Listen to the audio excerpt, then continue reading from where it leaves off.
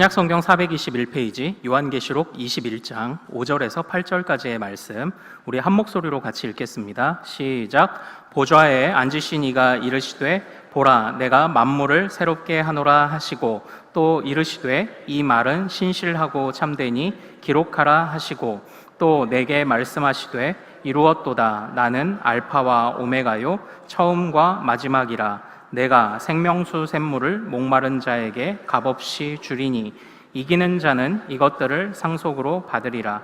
나는 그의 하나님이 되고 그는 내 아들이 되리라.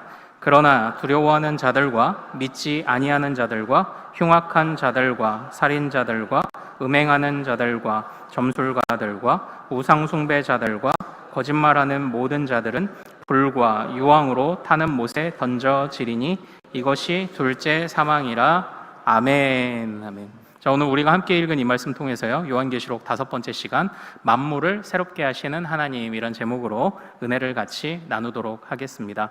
우리 하나님께서 우리 8월에도 변함없이 예배하는 모든 성도들을 돌보여 주실 줄로 믿습니다. 그리고 또 이제 휴가 기간이다 보니까요, 또 많이 이동도 하시고 또 이렇게 가족들이 오신 가정들도 있는 것 같습니다. 오늘 또 오랜만에 방문해 주셨던 우리 가족들 위해서 서로 축복과 환영의 박수 한번 나누겠습니다. 네, 감사합니다. 오늘 함께 예배할 수 있어서 감사합니다. 또 교회 방문해 주신 가족들도 감사드리고요. 또 혹시 또 멀리 우리 자녀들 또 아니면 친척들 가정 휴가로 방문하시고 할 때 또 그곳에도 안전하게 잘 다녀오시기를 소망합니다. 자, 우리 사랑하는 성도님들, 혹시 그 담임 목사님 방 하면은 어떤 이미지가 떠오르시나요? 보통은 들어가면 커다란 소파가 있고 그리고 그 뒤에 책상이 있으면 그 책상 주변에는 뭐가 있을까요? 예, 책꽂이들이 이렇게 있는 모습을 상상하시게 이제 될 겁니다. 저의 방도 크게 다르지는 않습니다. 그런데 이제 보통 목사님 방에 들어가서 기도받을 일이 많지는 않지만 이제 참 큰 일이 있으면 그렇게 되죠. 근데 가면은 약간 이 무수히 쌓여 있는 책들을 보면 이렇게 좀 약간 뭔가 좀 이렇게 뭐라고 표현해야 되나, 이렇게 약간 좀 주눅 든다고 해야 되나? 오, 목사님은 이거 다 보셨나 봐. 이제 이런 생각들이 좀 막 들고 하실 텐데요. 목사님들 보면은 이제 주석류도 전질로, 보통 이렇게 전질로 꼽혀 있잖아요. 전질로 이런 책도 있고 저런 책도 있고 있으실 텐데, 많은 목사님들 방에 그래도 한 세트는 있을 법한 책의 시리즈가 있습니다. 그게 뭐냐면 프란시스 쇠퍼라는 목사님이 지으신 프란시스 쇠퍼 전집입니다. 많은 목사님들이 요것도 이제 한 질을 가지고 계신 거예요. 이제 주석류, WBC 한 질, 한 질, 그리고 프란시스 쇠퍼 한 질, 로이드 존스 로마서 강해 한 질, 이렇게 가지고 계십니다. 저도 이 프란시스 쇠퍼 이제 전집을 몇 권 빠진 채로 이제 가지고 있기는 한데요.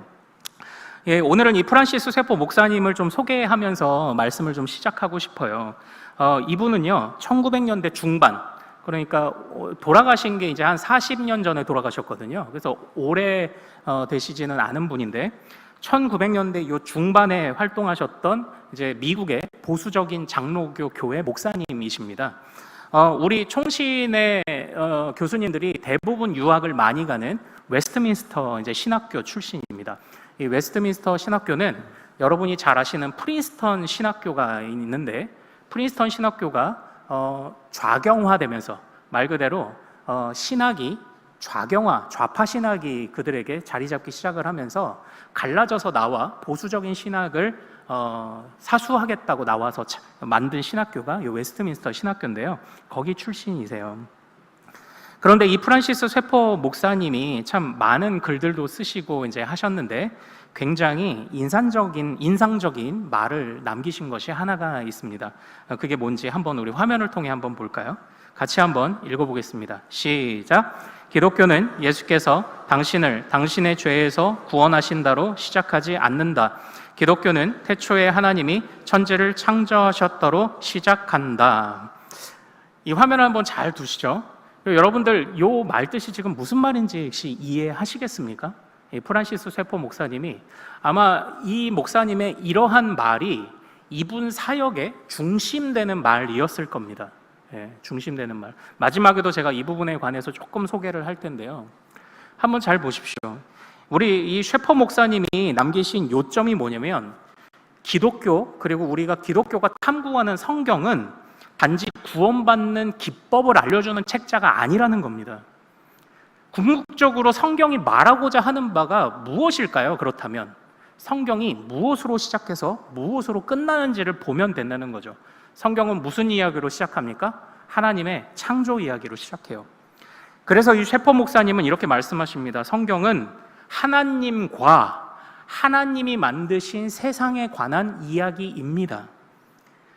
물론 그 안에 인간이 그 세상을 망쳤지만 하나님은 그 망가진 세상을 또 어떻게 회복해 가시는지를 보여주는 책이 바로 이 성경이라는 것입니다.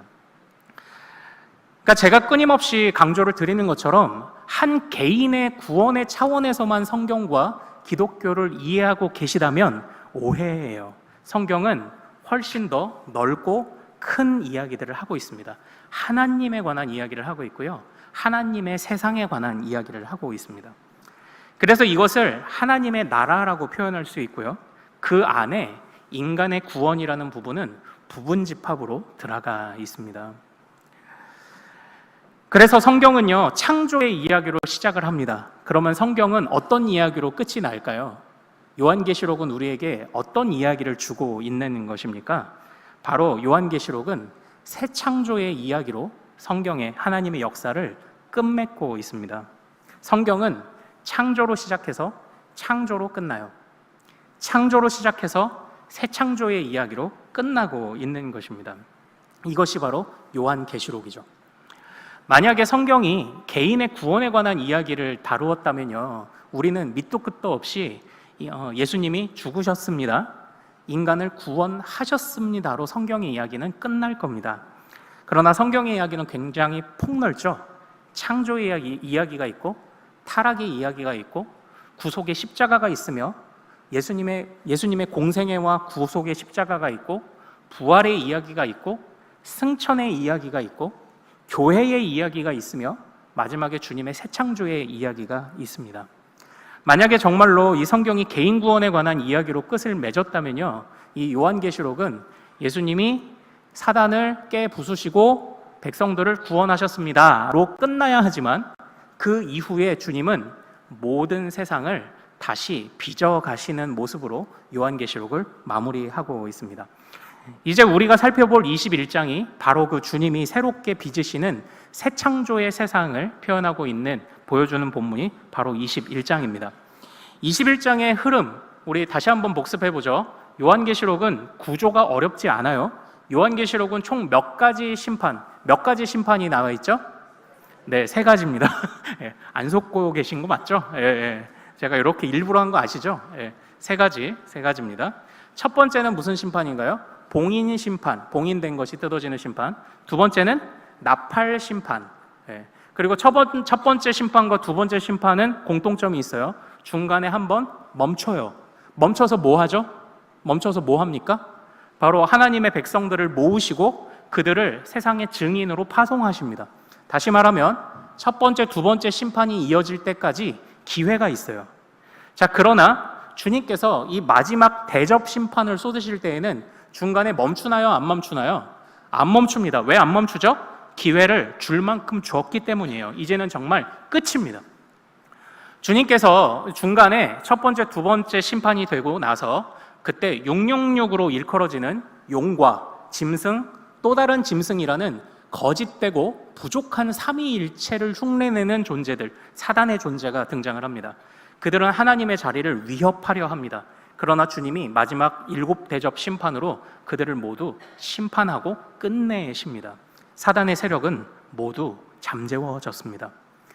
그런데 요한계시록은 거기서 끝을 맺고 있지 않습니다.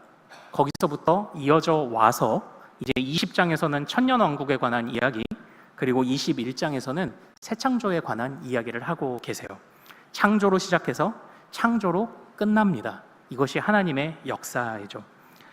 자, 우리 5절, 오늘 본문 말씀 21장 5절을 같이 한번 읽어볼까요? 자, 5절 읽습니다. 시작. 보좌에 앉으신 이가 이르시되 보라, 내가 만물을 새롭게 하노라 하시고 또 이르시되 이 말은 신실하고 참되니 기록하라 하시고 아멘 아멘. 신실하고 참되다. 신실하고 참되다. 여기서 이 신실하다라는 표현을 우리가 로마서에서부터 이제 많이 봤죠. 주님의 신실하심, 흔들림 없는, 변함없는 주님의 신뢰와 순종과 믿음, 그 정도의 강도로 이 말은 신뢰할 만합니다. 그러므로 기록하여 간직하라고 하는데요, 그 간직하라는 말씀이 뭐예요? 만물을 어떻게 하시겠다? 새롭게 하시겠다는 겁니다. 여기서 우리가 하나님의 재창조를 보는 거예요. 하나님이 사단을 깨부실 뿐만 아니라 바로 죄와 죄의 영향력이 만들어 놓았던 세상의 혼돈과 무질서를 다시 한번 바로 잡으신다는 것을 의미합니다. 제가 이제 항상 부탁드리듯이 우리가 구원받는다고 하는 것이 천국으로 훌쩍 떠나고 마는 것이 이제 아니라고 말씀드렸습니다. 사실 오늘 시간이 없어서 8절까지는 일부 때 다 못 보겠더라고요. 그러나 이제 8절에 보면 뭐 둘째 사망 이런 이야기들이 있잖아요. 뭐 지금 우리가 주님께 부름받으면 우리의 육신은 이곳에서 썩어지지만 우리의 영혼은 이곳과 동떨어진 저 하늘 어딘가에서 주님과 함께 잠시 머무르고 있는 것이 맞습니다. 그러나 그건 천국을 미리 맛보는 거지 완성된 하나님의 나라는 아니죠. 주님의 마지막 때에 산자와 죽은 자를 다시 부활시키셔서 주님께서 모두를 최종 심판하시는 때가 이제 오는 것입니다.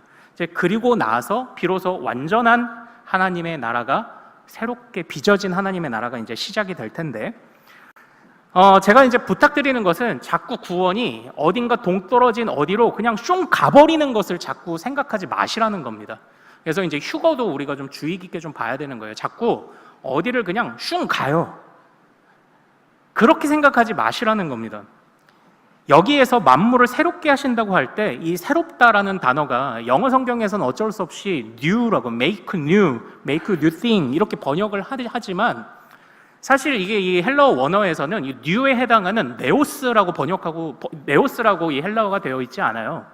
이 네오스라고 하면 진짜 새로운 것, 기존의 것과 다른 무언가 새로운 것, 또 다른 새로운 것을 말하지만 이 성경은 이것을 네오스 또는 단순히 뉴라고 말하는 게 아니라 카이노스라고 말합니다. 이 카이노스의 새로움이라는 건 무슨 뜻이냐면 갱신되었다 또는 치료받았다는 뜻이에요. 그러니까 지금 주님이 이 만물, 그러니까 영어로 따지면은 new라기보다는 revised라고 표현하면 아마 맞을 것 같습니다. 그래서 우리가 왜 책들 보면 개정판 이렇게 되어 있잖아요. 예, 개정판, revised 버전 이렇게 되어 있잖아요. 그것처럼 이 카이노스라는 이건 질적 변화를 의미합니다. 그래서 주님이 만물을 새롭게 하실 때 마지막에 어떻게 새롭게 하는지를 보세요. 그냥 있던 것을 쓸어버리고 새로운 것을 이렇게 만드시는 것이 아니라 있던 것을 고치셨습니다를 의미하는 거예요. 주님이 마지막 때에 고치셨습니다. 고치는 것을 완성하셨습니다. 그것을 의미합니다. 이것이 신뢰할 만한 그런 말씀이니 기록하여 간직하라고 이야기를 합니다. 주님이 이 세상을 고치면서 이 세상이 끝납니다. 이 세상이 다 고쳐지면 끝납니다. 그런데 우리는 여기서 6절, 7절을 읽어보면 굉장히 재밌는 부분을 보게 됩니다. 이제부터는 성경의 역사를 조금 훑어보면서 우리가 공통점을 찾아볼 거예요. 자, 6절, 7절을 같이 한번 읽어보죠. 자, 시작. 또 내게 말씀하시되 이루었도다. 나중에 하기라. 내가 생명수 샘물을 목마른 자에게 값없이 주리니 이기는 자는 이것들을 상속으로 받으리라. 나는 그의 하나님이 되고 그는 내 아들이 되리라. 아멘, 아멘. 우리가 익숙한 표현들이 많이 등장하죠. 주님은 알파와 오메가. 왜 알파와 오메가라고 하시는지 아시죠? 이게 헬라어 이제 알파벳이 순서가 알파로 시작해서 오메가로 이제 끝이 나는 거예요. 그래서 주님은 처음과 나중. 영어로 따지면 A부터 Z까지. 한글로 따지면 기역부터 히읗까지 이제 이렇게 표현을 하는 겁니다. 여기에서 주님이 처음부터 마지막까지 하시는 일이 동일하시다고 말씀을 하십니다.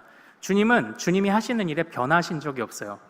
주님은 그 알파에 해당하는 처음에 무슨 일을 하셨습니까? 창조를 하셨습니다. 창조를 하셨어요. 하나님께서 창조하셨어요. 근데 이 창조라는 개념도 잘 생각하십시오. 그냥 단순하게 없던 것을 뿅 만드는 것이 아니라 성경에 보면 창세기 1장에 혼돈과 공허이라는 표현이 등장합니다. 그러니까 주님의 창조는요, 혼돈과 공허 속에서 그것들 속에 질서와 폼을 잡는 과정으로서 창조를 하신 겁니다. 그렇게 주님이 혼돈과 무질서를 잠재우시면서 세상을 창조하셨습니다.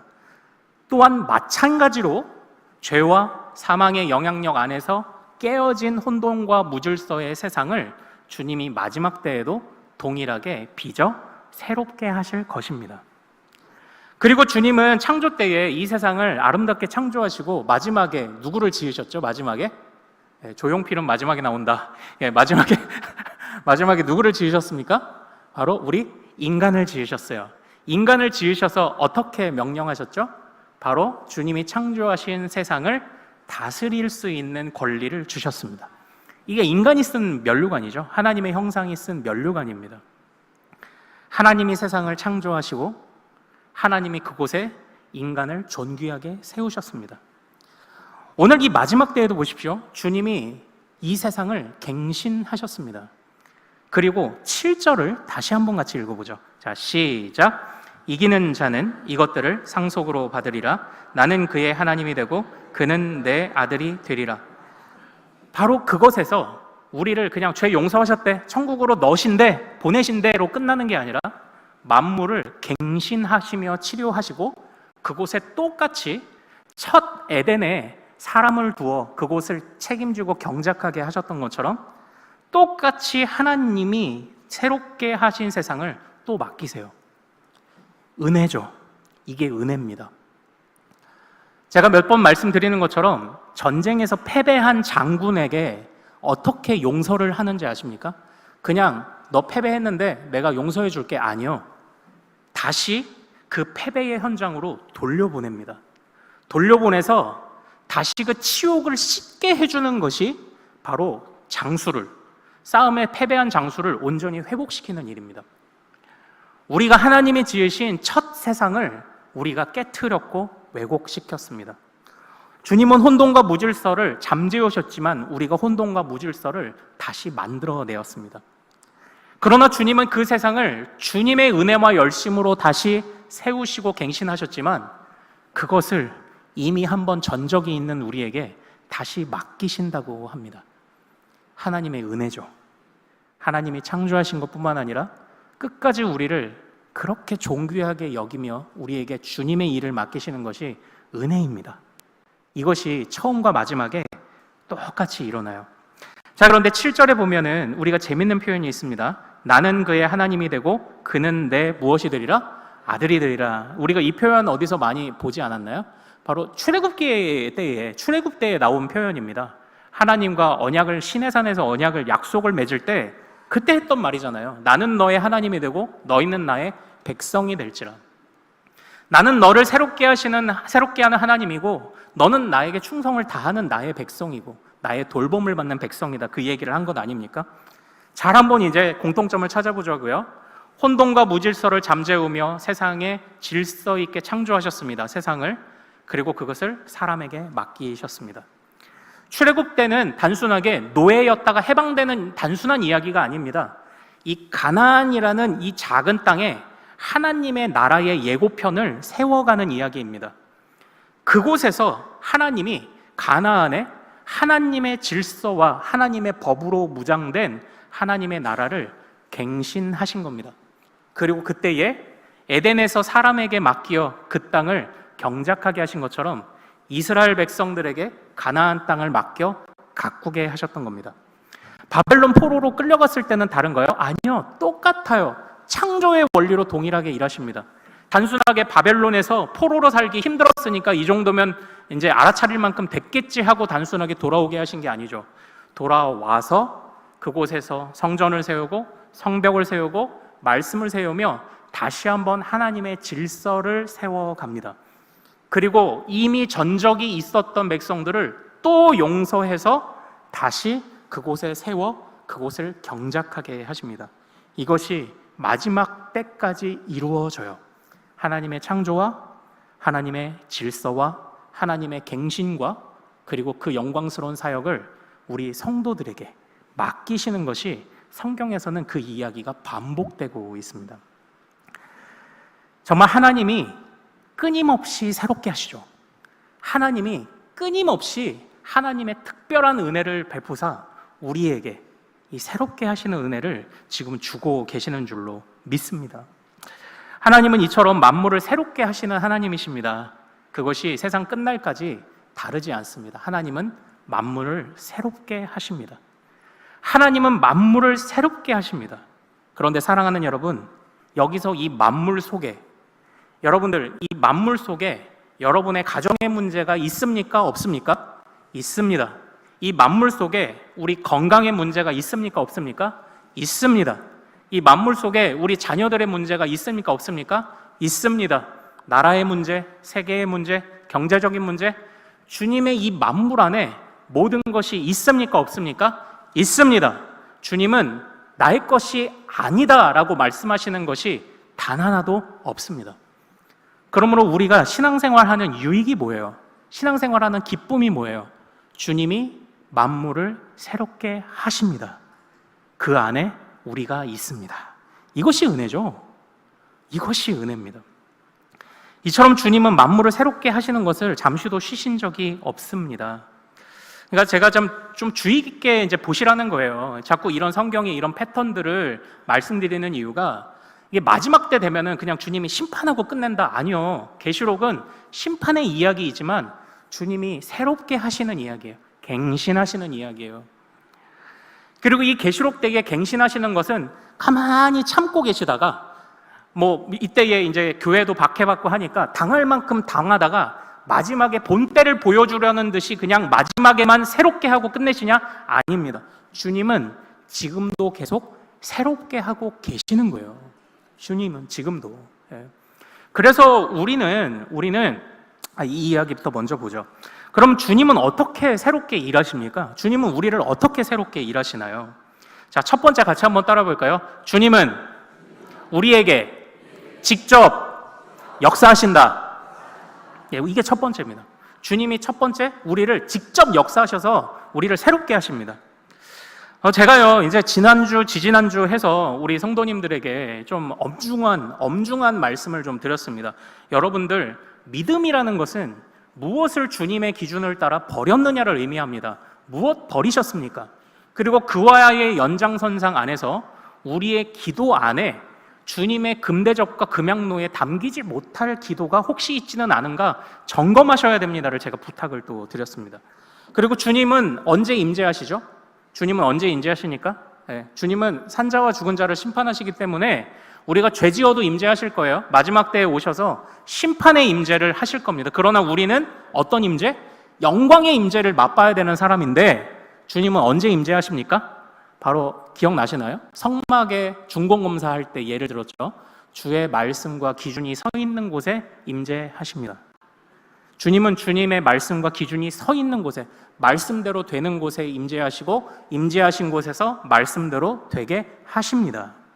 바로 이것이죠. 그런데 한번 좀 보세요. 여러분은 어떠셨나요? 그래서 저도 이제 고민을 해보는 겁니다. 뭘 버려야 될까? 뭘 버려야 될까? 내가 아직 모르는 주님의 법은 무엇인가? 알기는 아는데 살아내지 못하는 것은 무엇인가? 내 기도 안에 금대접에 담기지 못할 기도의 내용은 무엇인가? 사실 기도가 달라져야죠. 기도가 달라져야 합니다. 기도가 양적으로 안 되시는 분들은 기도를 시작하시고, 그러나 질적인 기도도 우리가 놓치면 안 됩니다. 그러니까 오래전에 구약시대에 한나가 기도를 열심히 했잖아요. 왜요? 자기의 문제로 기도했습니다. 자식이 없어가지고 서러워서 기도했습니다. 술 취했냐는 소리를 들을 만큼 정신없이 기도했습니다. 그런데 그렇게 얻은 사무엘이라는 아들을 어떻게 바치죠? 어떻게 하나님께서 사용해달라고 젖대자마자 성전에 바치냐고요. 여러분 상상되십니까? 그녀의 기도는 처음에 지극히 개인적인 이유로 기도하기 시작을 했을 겁니다. 근데 그 부분을 설교하시던 우리 선배님들이 그런 설교를 하세요. 처음에는 한나가 자식이 없어 서러워 기도했지만 기도를 하던 중에 주님과 통한 이후에 자식이 없어 서러운 나나, 또 그 사사기 시대 말미에 하나님의 일꾼이 없어서 서러워하시는 주님의 마음을 깨달은 뒤에 그렇게 어렵게 얻은 내 아들을 주님께 바친 것이 아니냐. 여러분들은 기도가 바뀌셨습니까? 어떻게 버려지고 어떻게 바뀌셨나요? 그런데요, 이제 어쨌든 저를 봅니다. 저를 보고 또 우리 몇몇 성도님들이 또 간증을 해주시고 마음속에 부딪힘과 싸움이 있는 이런 말씀들을 주실 때 이제 참 공통점이 그거예요. 잘 안 돼요. 안 돼요. 여러분 잘 버리고 계신가요? 기도가 잘 갱신이 되시던가요? 안 됩니다. 안 돼요. 예. 그런데 참 감사한 게 우리가 이것을 버려야 돼요. 기도가 갱신돼야 돼요. 주님의 말씀에 따르고 순종해야 합니다. 안 되면 가슴 치면서 진짜 회개해야 됩니다. 그러나 이게 우리에게만 맡겨지지 않았다는 거잖아요. 우리가 믿음 생활을 한다는 게 뭐예요? 바로 주님의 은혜를 힘입어서 주님의 도우심을 따라 우리가 이걸 해보는 거지 않습니까? 부족한데도 주님이 우리를 책임져 주신다는 것을 신뢰하면서 해보는 것 아닙니까? 아직은 부족한데, 그래서 주님이 우리를 어떻게 책임지십니까? 여기서 퀴즈를 하나 이제 드려보도록 할게요. 주님이 부활 승천하셔서 지금 어디 계실까요? 예수님이 어디 계시죠? 예수님 어디 계십니까? 네, 하늘 보좌 우편에 계시죠. 하늘 보좌 우편에서 뭐 하십니까? 네, 이 세상에서 죽기도 죽어봤고 해서 그냥 휴가를 얻고 계십니까? 베이케이션이에요? 바캉스예요? 주님이 쉬고 계시나요? 우리 예수님은 졸지도 주무시지도 아니하시는 아버지를 따라 아버지가 일하니 나도 일한다고 하셨습니다. 하나님이 주무시나요? 하나님이 졸고 계십니까? 아니죠. 그럼 우리 예수님은 어떻게 하고 계실까요? 지금도 하늘 보좌 우편에서 아버지의 권위를 가지고 일하고 계시죠. 그 일을 어떻게 하십니까? 이제 우리가 교리적인 훈련이 잘 되어 있느냐가 이제 여기서 나오는 거예요. 주님은 저 하늘 보좌 우편에서 무슨 일을 하십니까? 지금 주님의 영원한 직분을 감당하시죠. 선지자, 제사장, 왕의 직분을 감당하고 계시는 거예요. 그래서 왜 우리가 여전히 부족한 것을 회개하는 이유가 무엇입니까? 주님이 제사장 되기 때문에 지금도 우리를 용서하시기 때문에 우리가 회개 기도가 의미를 갖는 겁니다. 그리고 우리가 부족하지만 뭐예요? 주님이 왕이 되셔서 우리를 책임져 주신다고 하기 때문에 거기서 평안을 누리는 거예요. 여러분들, 여러분의 인생을 여러분 보고 책임지라고 하면 얼마나 비참해요. 얼마나 비참해요. 내 인생의 주인이 내가 아니라는 게 얼마나 감사한 일입니까? 내가 책임지지 않는다는 거예요. 내 인생을. 그리고 내가 뭘 버려야 되지? 내가 어떻게 해야 영광의 임재를 하지? 내 기도가 어떻게 달라져야 되지? 주님이 우리를 친히 지도하십니다. 왜요? 선지자로서 우리를 지도하시죠. 그냥 말씀으로 지도하시는 것 아닙니까? 주님은 이렇게 여전히 어떻게 새롭게 하십니까? 우리에게 직접 역사하심으로, 선지자, 제사장, 왕으로 직접 역사하심으로 우리를 지도하십니다. 지도하십니다. 그리고 또 주님은 어떻게 이 만물을 새롭게 하십니까? 같이 한번 따라 볼까요? 주님은 교회를 통하여 새롭게 하신다. 우리가 이것을 또한 중요하게 생각해야 됩니다. 주님은 직접 역사하실 수도 있습니다. 그러나 주님은 교회를 통하여 일하십니다. 저와 여러분 같은 성도를 통하여 일하십니다. 왜 그렇죠? 왜 그렇죠? 교회가 도대체 무엇이기 때문에 이 땅에 있는 교회는 부족함 투성이이지만 왜 주님이 교회를 통해 새로운 일을 이루시죠? 바로 교회가 영광을 맛봤기 때문입니다. 그 말씀을 우리는 사도행전에서 이렇게 볼 수가 있습니다. 자, 같이 한번 두 번째 화면을 보고 우리 읽어보도록 하죠. 같이 읽습니다. 시작. 이 예수를 하나님이 살리신지라 우리가 다 이의 증인이로다. 그런즉 이스라엘 온 집은 확실히 알지니 너희가 십자가에 못 박은 이 예수를 하나님이 주와 그리스도가 되게 하셨느니라 하시니라. 아멘. 이 화면을 그냥 한번 두세요. 이게 무슨 장면일까요? 누가 이 말을 했을까요? 사도행전 2장 베드로입니다.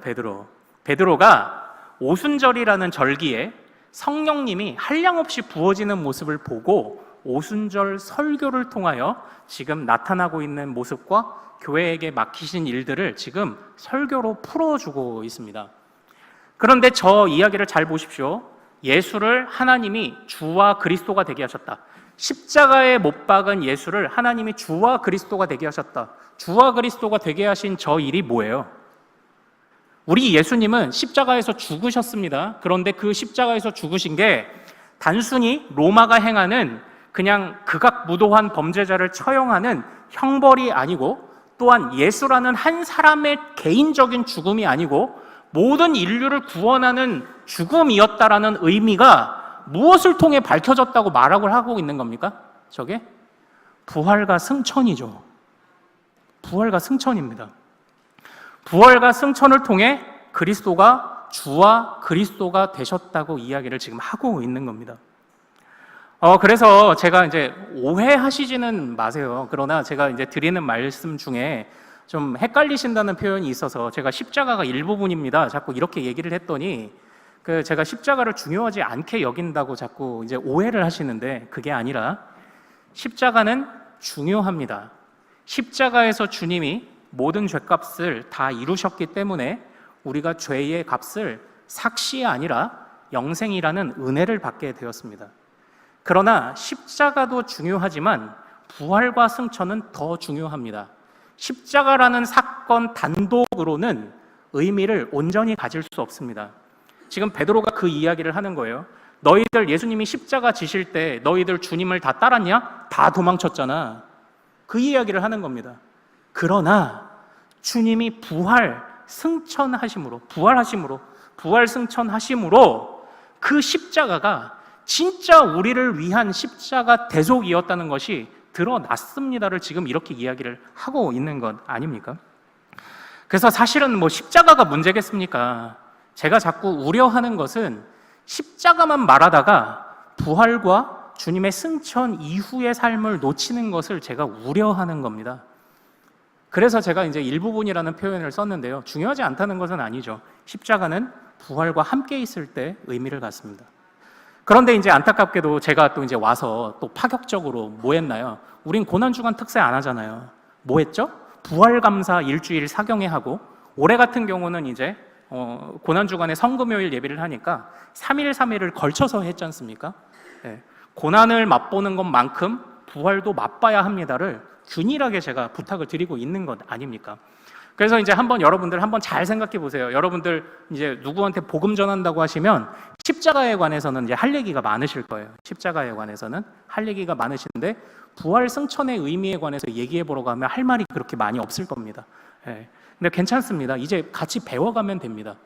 성경은 큰 이야기를 담고 있어요. 이건 모두를 우리가 다 받아야 이게 진짜 복음에 충실하게 사는 거죠. 복음은 하나님과 하나님의 이야기를 배우는 겁니다. 하나님의 세상을 보는 거예요. 이게 복음이에요. 그런데 지금 저 구절이 뭐라고요? 교회의 영광이에요. 교회의 영광은 뭡니까? 우리 저 하얀색 제목 다시 읽어봅시다. 시작. 교회의 영광, 실상을 맛본 자들. 이제 화면 내려주셔도 돼요. 교회가 아무리 이 세상에 부족해도 영광을 맛본 자들인 이유가 무엇입니까? 이제 구약에 있는 많은 선지자들이 예언을 했습니다. 메시아에 관한 예언을 했습니다. 그러나 그들은 메시아를 알았을까요? 몰랐을까요? 알았습니다. 알았지만 온전히 다 알지 못했습니다. 그림자로 알고 있었습니다. 그래서 대표적인 예로 이제 초대교회가 성령 충만 받은 이후에 빌립 집사가 전도하러 다닐 때 에디오피아 내시를 만나죠.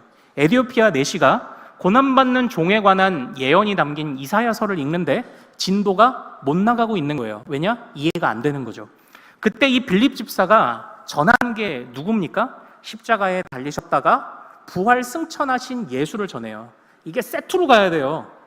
십자가와 부활 승천하신 예수, 그걸 전했더니 비로소 이사야가 남긴 말씀이 에디오피아 내시에게 이해되기 시작합니다.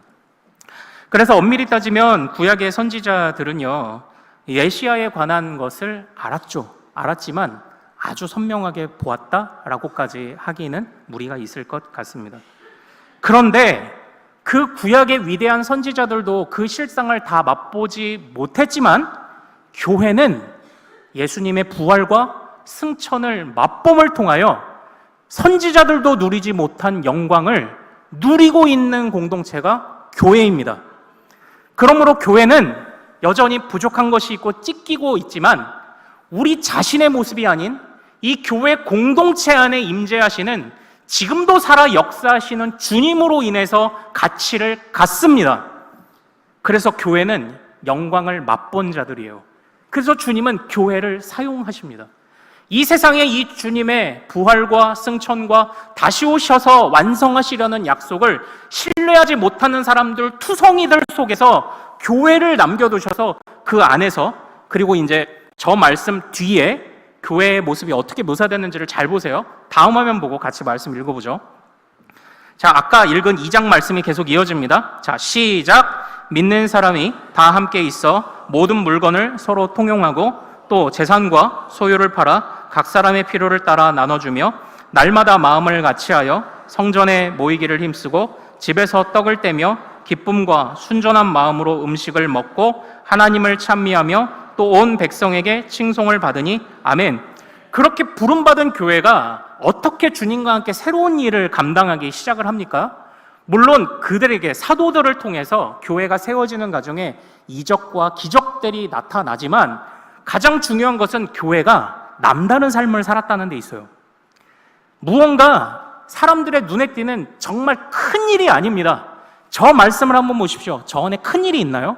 지극히 일상적인 삶 속에서 다른 기준을 가지고 살아갑니다. 왜냐? 실상을 맛봤기 때문이죠. 주님의 법대로 살아도 괜찮네?를 깨달은 자들이 교회입니다. 내가 비록 박해를 받지만 주님의 기준대로 사는 것이 박해받을 일이긴 하지만 주님이 지금도 새롭게 하고 계심을 신뢰하기 때문에 성도의 삶을 포기할 수 없는 자가 교회죠. 교회가 이런 삶을 사는 겁니다. 그래서 사람들이 그때부터 처음엔 남다른 기준을 가지고 살아가니까 이렇게 말해요. 쟤네 뭐야, 지들만 잘났어. 저러고 왜 저러고 살아? 왜 저렇게 사서 고생을 해? 그러나 나중에 사람들이 흠모합니다. 나중에 가서 2장을 다시 한번 읽어보세요. 2장 43절에 보면은 모든 백성들이 사람들마다 두려워하는 데 표현이 되어 있어요. 이 두려워하다라는 표현이 뭔 줄 아세요? 경외하다예요. 교회를 보며 경외합니다. 교회를 보며 남다름을 느껴요. 왜냐? 여기는 하나님의 기준이 살아있으니까. 하나님의 실상을 맛봐서 세상의 기준이 아니라 죄와 사망의 기준과 그런 영향력들이 만들어낸 세상 속에, 아니 하나님의 기준이 최고야. 왜냐? 주님은 지금도 살아서 역사하시며 만물을 새롭게 하고 계시거든. 얘들아 참아라, 참다 보면 마지막에 새롭게 하실 것이가 아니라 교회는 항상 주님은 지금도 새롭게 하고 계십니다를 고백해 왔습니다. 그래서 주님이 교회를 사용하시는 거예요. 교회를 사용하신다고요. 우리보다 참을 사람들 더 많잖아요. 참는 걸로 따지면 일가견 있는 사람들 우리보다 더 많잖아요. 그러나 우리가 그들보다 부족할지라도 우리에게 하나님의 부활 승천의 영광, 장차 다시 오셔서 완성하신다는 영광을 보여주셨기 때문에 부족하지만 우리를 쓰시는 겁니다. 그래서 교회는 어떤 공동체라고요? 주님이 지금도 새롭게 하고 계십니다를 신뢰하는 공동체죠. 그리고 그것을 실상으로 눈에 봤기 때문에 그것을 따라가는 공동체입니다. 그래서 버려야죠. 그래서 분별해야죠. 그래야 되지 않겠습니까? 교회는 동떨어진 어떤 또 다른 세계를 살아가는 사람들이 모인 환상을 쫓는 집단이 아닙니다. 교회는 지극히 일상 속에서 아주 작지만 그 남다름으로부터 하나님의 살아계심과 하나님의 새롭게 하심을 보여주는 공동체가 교회입니다. 그러므로 우리는 철저하게 교회로 살아야 합니다. 철저하게 성도로 살아야 합니다. 현재를 위해 우리를 드려야 합니다. 제가 이제 이 말씀만 드리고 이제 마치도록 할게요. 제가 앞전에 소개했던 프란시스 셰퍼 목사님, 어떤 목사님이라고요? 보수적인 장로교 목사님이십니다. 오래전에 이제 참 이런 연구들이 아주 근래의 것이 아니에요. 우리 하나님을 따르는 자들은요, 어떻게 해요? 주님은 만물을 새롭게 하십니다. 그러므로 교회는 만물에 관심을 가져야 합니다를 오래전부터 고백해 왔습니다. 주님은 만물을 새롭게 하십니다. 그럼 우리의 관심사는 어디에 머물러야 돼요? 어디에 머물러야 돼요? 만물에 머물러야죠. 그래서 우리가 나중에 기회가 될 겁니다. 프란시스 셰퍼 목사님 언제 한번 가셔서 뭐 사셔도 좋고, 아니면 검색이라도 한번 해보세요. 책에 이분이 어떤 책을 썼는지. 그러면 주제가 얼마나 다양한 줄 아세요? 프란치스 셰퍼 목사님이 지으신 책들 중에 정치를 다루는 것도 있고, 경제를 다루는 것도 있고, 낙태 문제를 다루는 것도 있고, 심지어는 환경보호에 관한 문제를 다루는 것도 있습니다. 그래서 이 프란치스 셰퍼 목사님이, 저도 뭐 아주 상세히 알지는 못하지만 이제 50년대 중반부에 이 사모님 아내와 같이 이제 프랑스로 가서 그쪽에 이제 공동체를 하나 이렇게 만들으셔서 그곳에서 이제 이런 연구들을 계속 이제 하셨다고 이제 말씀을 들었어요. 그런데 이 프란시스 셰퍼 목사님이 가지신 그 기본 중심을 한번 보십시오. 성경을 온전히 배우고 따른다면 창조로부터 시작해 새로운 창조로 갱신으로 마치시는 주님을 따라 어떻게 하면 이 세상에 혼돈과 무질서와 공허를 잠재우는 교회와 성도로 살아갈 수 있을까를 만물을 바라보며 연구를 하신 겁니다. 그런데 안타까운 사실은요, 이제 저의 관심사가 이제 여기서 등장을 하는 겁니다. 우리 교회에서 여러분들, 그리스도인은 정치 어떻게 해야 될까요? 그리스도인은 정치 어떻게 해야 됩니까? 배워보신 적이 있나요? 그리스도인은 경제활동 어떻게 해야 되나요? 어떻게 돈 쓰는 게 좋습니까? 예, 우리 배운 적이 있던가요? 낙태 문제는요, 그냥 안 된다고 하니까 그냥 생명을 존중해야 되니까 그냥 그렇게 하십니까? 아니요. 제가 신학교 가서 배운 낙태 문제는요, 굉장히 어려워요. 생명을 어느 순간에서부터 볼 거냐가 이 논의의 시작이에요. 수정란에서부터 볼까요? 아니면 심장이 뛰기 시작하는 순간부터 볼까요? 어디서부터 생명을 인정하기 시작을 해야 될까요? 이거 간단한 문제 아닙니다. 그런데 관심을 가져야 합니다. 환경보호는요, 만물을 새롭게 하시는데 우리가 그냥 막 쓸까요? 그냥 내 세대에서 그냥 쓰는 만큼 막 쓰다가 그냥 끝낼까요? 아니요. 우리의 관심사는 만물이어야 합니다. 그리고 그 만물을 새로운 기준으로 바라봐야 돼요. 그게 새롭게 하시는 주님께 충성된 교회와 성도들이 되는 것이죠. 사랑하는 여러분, 말씀을 마무리하죠. 우리 주님은 만물을 새롭게 하셨으며 지금도 새롭게 하고 계십니다. 그리고 장차 새롭게 완성시키실 것입니다. 우리는 새롭게 하시는 주님을 따라 우리의 삶의 현장에서도 그 새로움을 추구하며 조금씩 남다른 삶을 살아보는 겁니다. 그것이 요한계시록의 마지막 때에 우리에게 주시는 교훈이 아닐까요? 우리가 박해받아요. 기준이 다르니까 박해받아요. 유난스럽다고 박해받아요. 어려워요. 그러나 우리는 부활의 실상을 본 자들이죠. 그래서 못 버리는 겁니다. 그래서 이 믿음을 포기할 수 없는 겁니다. 주님이 우리의 모든 가정뿐만 아니라 세상 만물을 새롭게 하실 줄 믿습니다. 그리고 우리도 기쁘게 우리를 드릴 수 있기를 소망합니다. 자, 우리 찬양하고 같이 기도하기를 원해요. 예수 하나님의 공의, 단순히 우리의 죄를 위한 하나님의 공의를 만족시키셨다를 넘어서 이 세상을 공평하고 정의롭게 이끌어 가시는 우리 주님을 우리 찬양하며 노래합시다. 우리를 사용하여 주옵소서. 주의 주권 통치 아래 우리를 사용하소서.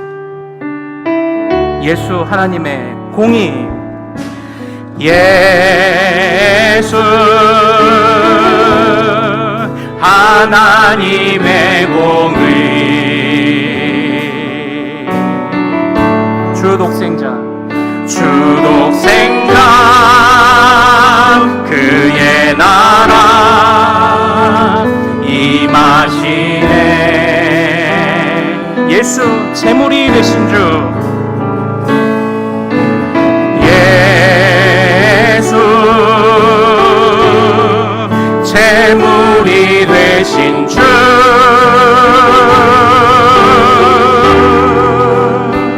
영광 중에 그의 나라 임하시네.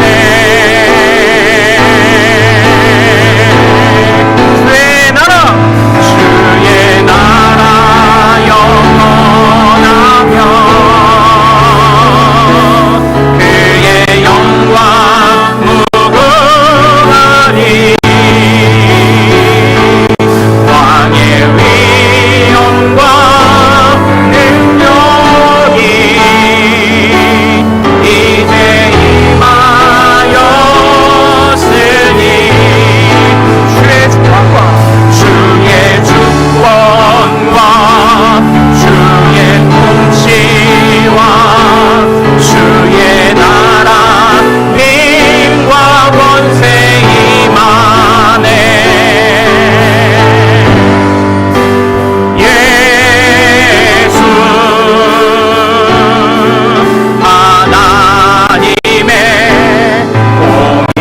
예수 하나님의 사랑, 예수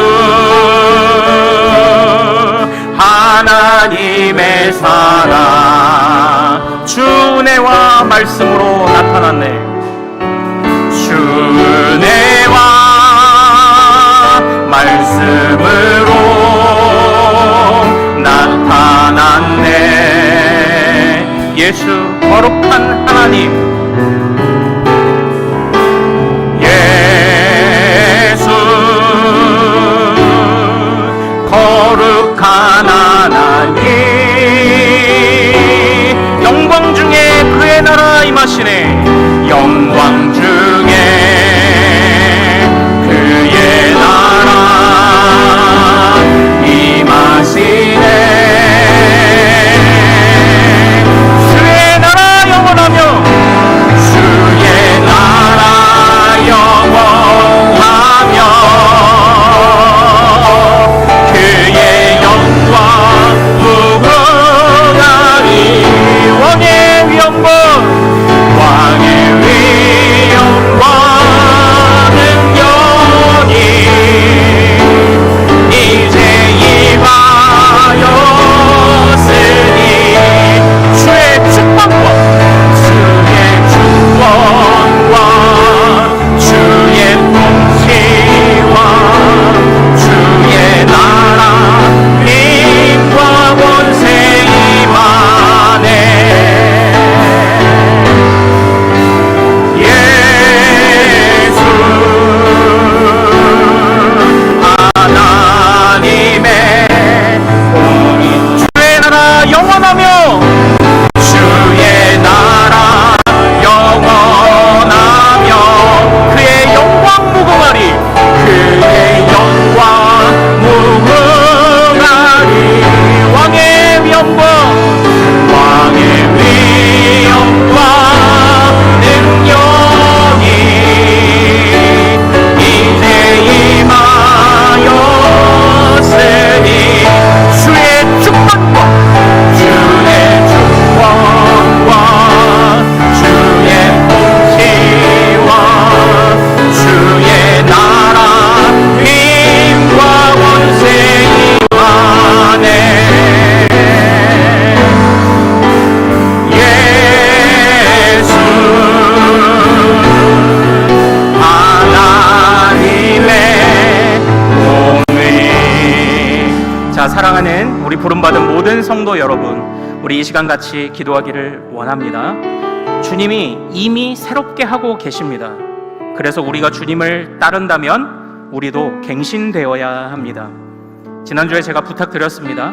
연말 되면 논문 한 편을 써내듯 나의 나이에, 나의 형편에, 나의 직업에, 우리 공동체에 우리가 어떤 것으로 하나님께서 주신 기준을 세워가며 새롭게 할 수 있을까? 우리 이것을 고민해야 된다고 부탁드렸습니다. 지금도 쉬지도 졸지도 않으시는 주님께서 만물을 새롭게 하시니 나도 그 안에 주님께 쓰임받으며 살기 원합니다라고 우리 주여 이름 크게 한번 부르고 같이 기도합니다. 주여!